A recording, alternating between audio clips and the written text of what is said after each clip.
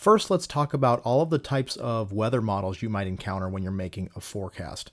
There are basically three different main types of weather models that you'll use when making a severe weather forecast: deterministic models, ensemble models, and convection-allowing models. Deterministic models are models that have a single set of initial conditions that are fed into that model, and the model is run based on just those initial conditions. When you hear people talk about models, they say the GFS shows this or the European model shows this. They're mostly referring to deterministic models. They have one set of inputs that's run through, and we get a single set of output, a single output for that particular set of initial conditions. Now, we can break up deterministic models into three different types based on how far out they can forecast: long range, medium range, and short range. Long range models go out weeks, even months into the future. This is our main long range forecast model, the CFS, the Climate Forecast System, and it goes out a full 798 hours into the future, which is over a month out into the future. These are just not all that applicable for storm chasing.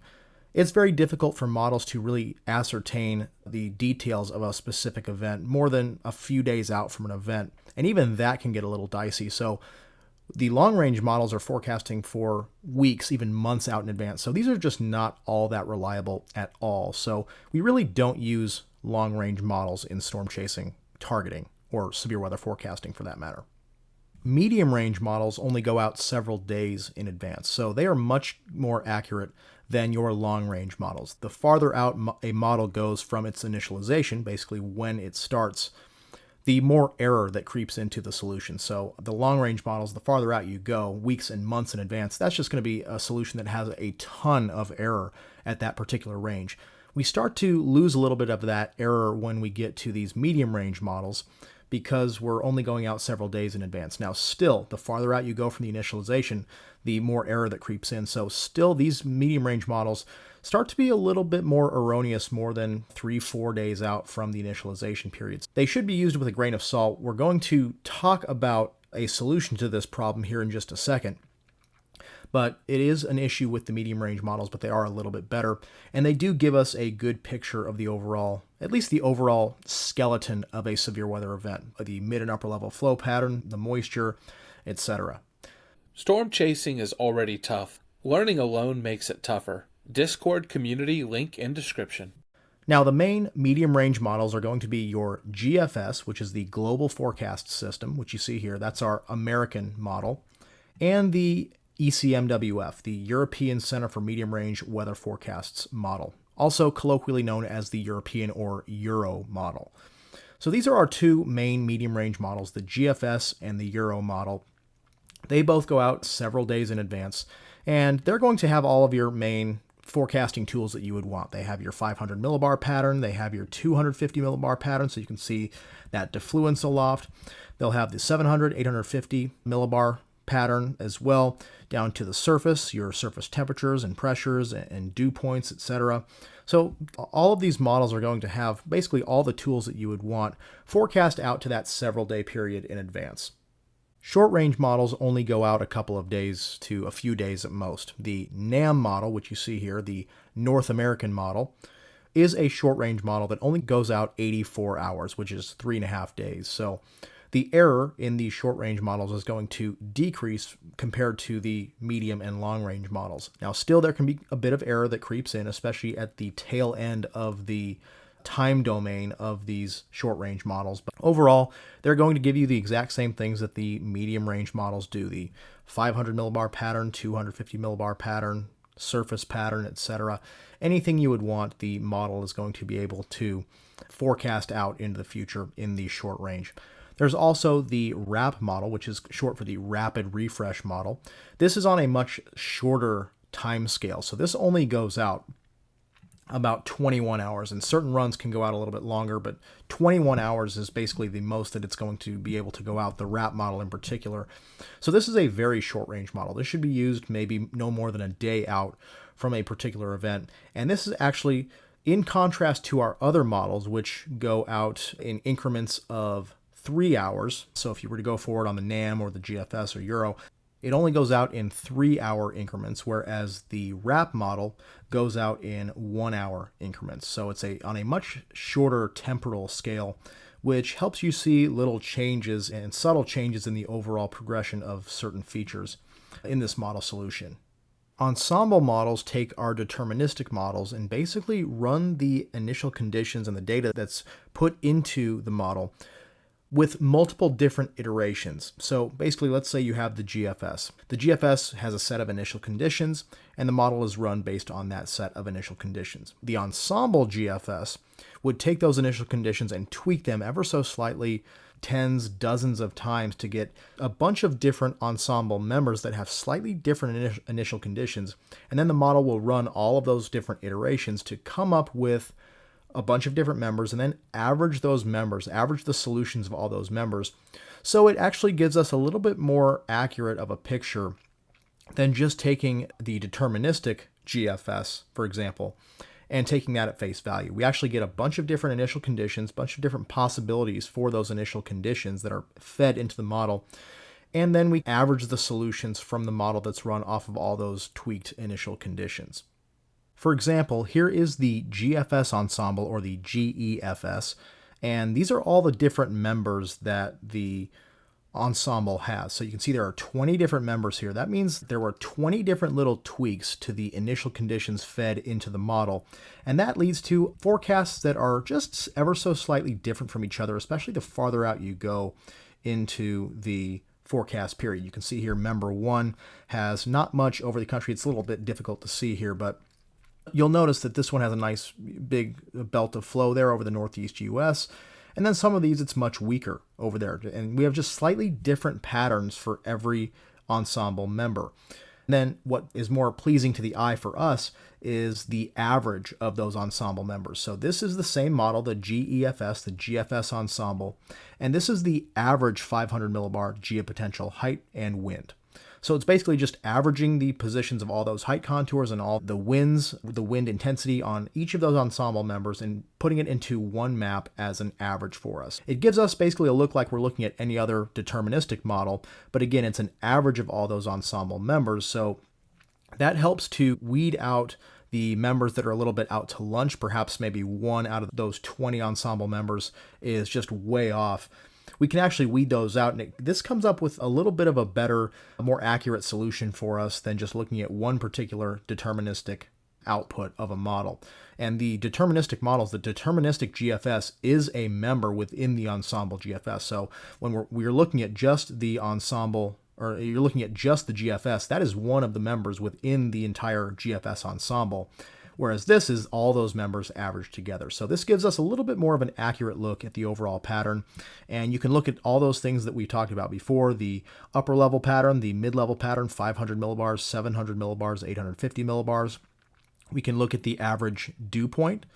So the models, the position and intensity of the dew points are averaged over all those ensemble members, and it gives us a good average of where the moisture may be in a given setup. So these are really important, and we're going to talk about when I like to use these ensemble members versus the deterministic members within the entire forecast process. But this is, again, the GFS ensemble, the GEFS, and the European model, the ECMWF, also has its own ensemble, the EPS. And again, it does the exact same things that the GFS ensemble does. It just deals with the construction of the European model rather than the GFS. So shows basically the same things. It's just another ensemble model that we can look at to come up with a forecast. Last up are convection-allowing models, or CAMs. And CAMs are at a much higher resolution than the other models that we've talked about so far. As a result, they can actually model convection. They can model individual storms, whereas the other models cannot. So CAMs are most useful for looking at what the radar might look like later on during the progression of an event. So that is at least the most popular use of the CAMs, is to look at how the convection is expected to evolve and how the radar might look like. They have a product called simulated reflectivity that actually shows a best guess of what the radar might look like as a given event evolves. For example, here is the most popular CAM, the HRRR, or HRRR, or HRRR, whatever you want to call it. It stands for the High Resolution Rapid Refresh. This is the simulated reflectivity product. Basically, it simulates what the radar would look like as an event progresses. And you can see the actual output of precipitation on this particular model. And as we go into the later portions of this loop, you can actually see individual storms. I'll zoom in here. These are actual individual storms that the model is simulating. Again, the other models, the NAM, the GFS, the European model, cannot do this. They're not at high enough resolution to actually simulate these individual storms.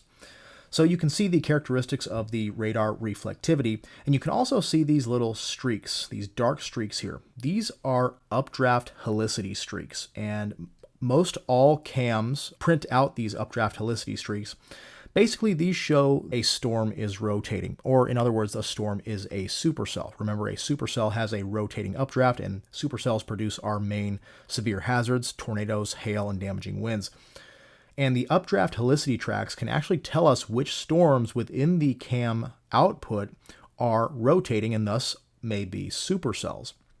So this storm right here has pretty robust radar reflectivity and a robust updraft helicity track with it, which means that this storm is likely a supercell thunderstorm. Now, we can't actually determine what hazards this storm, if it were to become reality, would have. So we can't say that just because this has an updraft helicity track and is likely a supercell as modeled, we can't say that that is going to for sure produce tornadoes or large hail or anything. We just know that the storm is a supercell, and we'd have to look into the actual background environment of the storm to be able to determine what hazards would be possible from supercell storms like this in a given environment. Different model sites have a bunch of different convection-allowing models here. The NAM actually has a convection-allowing model output that uses the same construction as the regular NAM, but is on a higher resolution so that it can actually model convection. There are a bunch of other ones as well that you can look at, and they will give you outputs that look like this with these actual individual storms modeled. Before we move on, I just wanted to give you a couple of notes on the models overall. Each of these models is constructed based on a set of very complex physics and calculus equations that try to model the atmosphere. And all these models use different schemes to model things like clouds, moisture, temperatures, etc. And because of that, all these schemes have their pros and cons. And all these schemes, and therefore all of these models, have their different biases. So for example, one particular model that uses a certain scheme to model, say, temperatures may actually be too aggressive. That scheme may be too aggressive in allowing cold air to intrude well into the US, whereas another model that uses a different scheme may not be as aggressive. All these models try to come up with the same solution, but because they use different schemes and slightly different sets of equations and whatnot, you can come up with different biases in these models. And each model has a bunch of different biases that tend to rear their heads in the individual model solutions that each of these models spit out. Just keep that in mind when you're using these models, to beware of the biases. Over time, as you start using these models over and over again, you'll notice that each of these models has its own quirks. For example, the NAM tends to be much too cool at the surface with surface temperatures, and the HRRR, for example, one of our favorite convection-allowing models, likes to actually decrease the dew points way too much at the surface from what actually happens. Those are just a couple of the examples. The GFS model, for example, likes to be a little bit too progressive with the surface features, so it likes to move the overall features too quickly off to the east, our troughs, our surface lows, etc. Those are just a couple of the biases that these models have. So just keep those in mind when you're using these models, that you might see a solution on one of these models that looks a little weird. Just go back and think, what are the biases that this model has? That may help you out in the long run in interpreting the model solutions. Join the Storm Chaser Coaching Discord server and get instant access to a rapidly growing storm chasing community. Once you've joined, you'll be able to chat with our coaches, get your questions answered during weekly live office hours, and discuss strategy in the forecasting and storm chasing forum. You can join the Storm Chaser Coaching Discord server right now via the link in the description. Secondly, every model source allows you to see the time at which a given frame of a model run is valid for. but it's given in this form here. For example, here it's 21Z. What does that mean? This is Zulu time, also known as Coordinated Universal Time or UTC time. UTC time or Zulu time is basically just a way that we don't have to worry about time zones across the world when talking about time in meteorology. So what it means is it's very easy to convert from Zulu time to your local time using this chart that you see right here. Basically, you can go from Zulu time to your own time zone by just subtracting a certain number of hours. So let's say, for example, we're in Oklahoma City, Oklahoma. So we're in the central time zone. So all you do is for the central time zone, and we're going to assume we're in the spring, so central daylight time. It changes for once we go back to standard time. But let's say we're in the spring, we're in, say, May in Oklahoma City. We take the UTC time and subtract 5 hours. So in this example, 21Z would be 21Z minus 5 hours equals 16 or 1600 hours, which is 4 p.m. So that's all you do to convert to local time from UTC time. Again, you just find your own time zone, find how many hours you need to subtract from the UTC time to get your actual local time, and that's how you would do it. Some of these can be a little bit strange, so let's take 0Z, for example. So once again, we're in Oklahoma City, so that's UTC minus 5 hours to get central daylight time.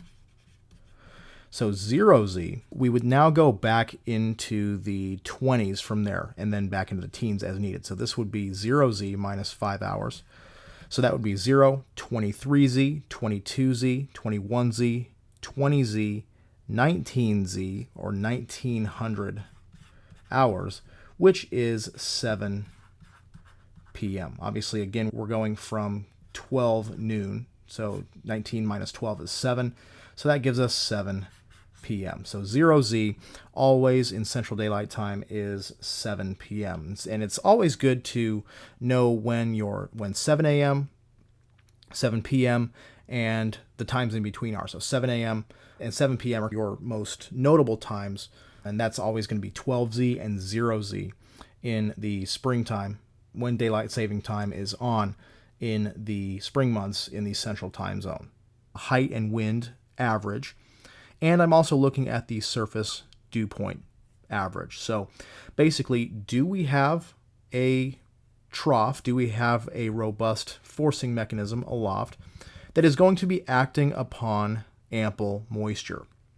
Those are the two things I'm really looking and trying to key in on at this range. Again, I'm not going into specifics on the setup. That's just not something that the models are very good at this range. But if we can start to get those boxes checked as far as our severe weather ingredients go, remember that lift and moisture are two of our most important severe weather ingredients. If that's the case, then we are much more likely to see a severe weather event, and the Ensemble models are pretty good at doing that. So at this range, I'm just kind of monitoring the SPC outlooks, looking for risk categories to be issued, and if they're issued, I'll take a little bit closer look at the Ensemble models, the GFS Ensemble and the European Ensemble, to get a look at where we might be seeing the best chances for severe weather, at least in a skeletal sense, just basic. Do we have a trough that's going to be acting upon robust moisture? Now, just a quick note on these probability categories from the SPC on their day 4 through 8 outlook. They have a 15% and a 30%. So that's basically the probability of severe weather within 25 miles of a point within each of these. So this would be, in this yellow shading, a 15% chance of severe weather within 25 miles of a point. And then the orange shading is a 30% chance of severe weather, some type of severe weather within 25 miles of a point in that risk area. So in summary, more than about 3 to 4 days out from an event, all I'm doing is monitoring the SPC, seeing if they're introducing any possible risk areas, and then if there is some signs of severe weather, I will look at the Ensemble models, basically just to see if we have any type of trough, any type of robust lifting mechanism, and if the exit region of that trough will be acting upon robust moisture. Those are on the Ensemble models at that range. Those are the best tools you can use more than about 3 to 4 days out. Once we get inside about 2 to 3 days out from an event, I like to start using our short-range models, in particular the NAM. The NAM is one of my favorite models to use. It's just kind of personal preference, but I find that it does pretty well, especially with surface features, of course keeping its biases in mind. But the NAM is just a personal favorite of mine. I also like to use the NAM in concert with our other models, our deterministic models, our deterministic GFS and European model. At this range, it's good to compare and contrast the models to see what similarities and what differences the models have among them to get an idea of how much model agreement there is leading up to an event. As far as things like the trough position, the trough geometry, where the surface flow is located, where the surface fronts are going to be located at a certain time, moisture return, etc. I like to start looking out toward an event using all three of these models to compare and contrast between them to kind of get a range of possibilities for a certain outlook. We're not going super deep into the specifics, but I do like to start going a little bit more in depth than just what we were doing about 3 to 4 days plus out from an event, just looking at the ensemble models for the skeleton of a severe weather event. Now we're starting to look into the more fine scale details, although those won't be worked out usually until the day of an event. So I like to go through the NAM, the GFS, and the Euro model at all of our different levels, 500 millibars, 200 or 300 millibars, depending on what time of year we are, 700 millibars, 850 millibars. I like to go down to the surface as well, get an idea of how the moisture return is going to behave among all of our models, where the surface flow is going to be, where the fronts are expected to be, and that kind of thing. So starting to go into more of our mandatory levels, seeing what the models are showing at each of those mandatory levels and comparing them among the NAM, the GFS, and the European model. Once we get about 2 days to a day out from an event, I also start to look at the observed data, in particular things like the surface data. Where is any surface flow that is starting to develop? Are we starting to get moisture return? Where's our most robust moisture? The observed data, as you'll see on the day of an event, is really the most important tool we have the closer we get to an event. But using the observed data in concert with the models can also help you see, have the models initialize things correctly? Is maybe the moisture in reality a little bit farther north than expected on some of the models, etc. Things like that. So using our short range models in concert with our medium range models, comparing and contrasting them, and also starting to look at our observed data is something I like to do really through the entire atmosphere now leading up to an event. Heading into the morning of our chase day, the observed data is always king. Up to this point, you've already gotten a pretty good idea of how the expected environment is forecast to progress and how all the features are looking to progress. Now it's time to hone in on the observed data. The models can only take you so far. They're only an estimate of what may happen, but once you have observed data on the day of your event, that is always king. So I always start out by looking at the observed data, usually on the SPC mesoanalysis page. Now, just a quick caveat with this. The SPC mesoanalysis data is technically not 100% observed data. It's about as close as you can get, but it is based off of the RAP model. So it's not 100% observed data, but it's very close. So you can use it as a good proxy for observed data, especially for upper air analysis, because you can get this SPC mesoanalysis data every hour, which is very helpful. So I like to look at the SPC mesoanalysis data starting at 500 millibars, going up then to 300 millibars, and then back down to 700, 850. And then at the surface, I like to get a good look at the surface features. And then we look at our other observed data sources, going heavy into the surface data, looking at surface observations, where that moisture is located, where the warmest temperatures are the winds starting to coalesce into any surface lows, where the frontal zones are, etc. Doing a nice surface analysis if you have the time to do so. Looking at visible satellite, that's a big key to see where areas of sunshine are peeking out. If you have a lot of cloud cover, that's not quite good for building instability. So lots of sunshine in areas can help really build that instability. So I like to look at visible satellite quite a bit.